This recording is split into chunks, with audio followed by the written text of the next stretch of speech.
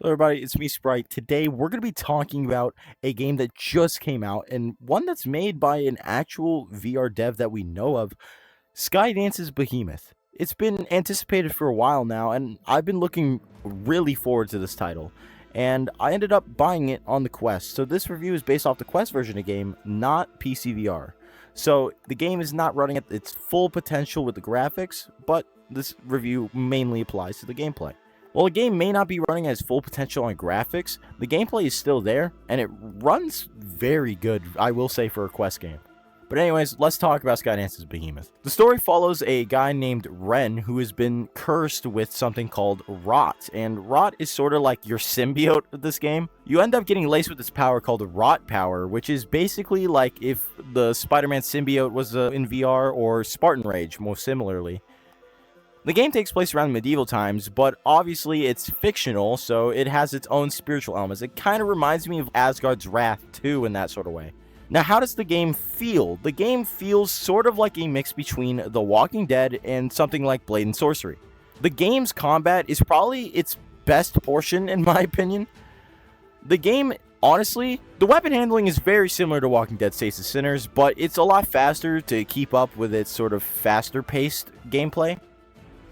Just kind of think Blade and Sorcery mixed with how the weight and feel of Walking Dead would be. That's sort of how Behemoth's handling feels.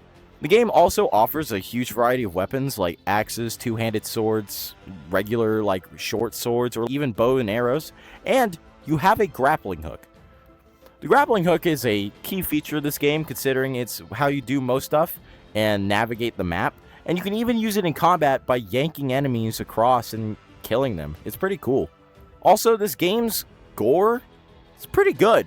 I'm really surprised at how good this game feels combat-wise. It even introduces a parry system where you could parry the enemies and get an opening window to attack, which I'm all for parrying in video games. I'm especially all for parrying in VR games. It feels really great. But I will say, sometimes blocking is a bit spotty. It's not entirely physics-based as how your enemy attacks, as it's a pre-rendered animation, but obviously it plays out during physics if you end up parrying somebody or if you hit them with a knockback arrow. So sometimes blocking can feel a bit weird, but once you get the hang of it, it feels really good to use, especially the parry system. For a while, I was kind of getting my ass kicked, low-key, because I just could not block to save my life, but once I started getting blocking down, the game got way better for me. So if you're not really feeling the game's combat all too well, get used to blocking and parrying. It makes the combat system feel so much better. And also utilize your grappling hook. I didn't really utilize my grappling hook a lot, but once I got the attachment where I could start yanking enemies, it made stuff a lot more fun. And of course, you don't get this till later in the game, but trust me, you're going to want to stick around and play, because all these attachments and upgrades you get to stuff like your grappling hook or your weapons are great. Also, your weapons can end up getting upgrades, so if your weapons feel a bit weak at first, you can actually take them to a little blacksmith area, and you can craft upgrades based on what materials you find in the world, which makes your weapons stronger, give you larger parry timing windows, or just overall makes your weapons handle better. And this can also be applied to other weapons like your bow. Now, I'm not completely done with Behemoth. I'd say I'm only past the first Behemoth and a little bit past. So far, I'm really impressed with this game. Now, I will say, one of the major complaints this game has is the amount of bugs it has, and they already said they were going to work on a day one patch and work on some more patches to help fix the game. I did encounter a bug while I was live streaming where the Behemoth low-key started tweaking out on me, but it went away after a bit, so it wasn't game-breaking.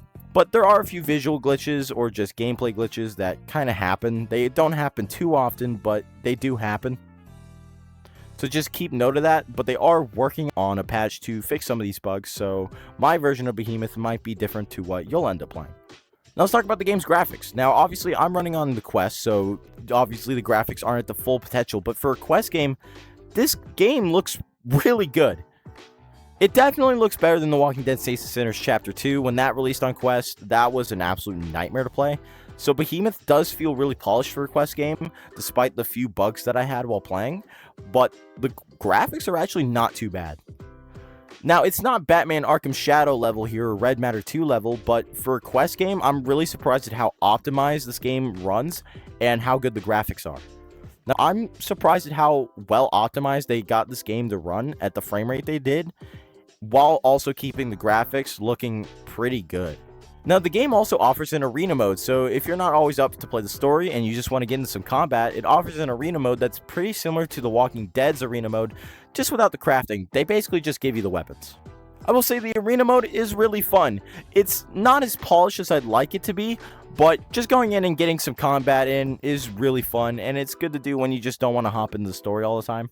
I also noticed that Behemoth does take a lot of notes from how The Walking Dead handles, from healing, basically working how consumables do, certain ways just elements would look, like even the health bar and stamina bar look really similar to how they do in Walking Dead.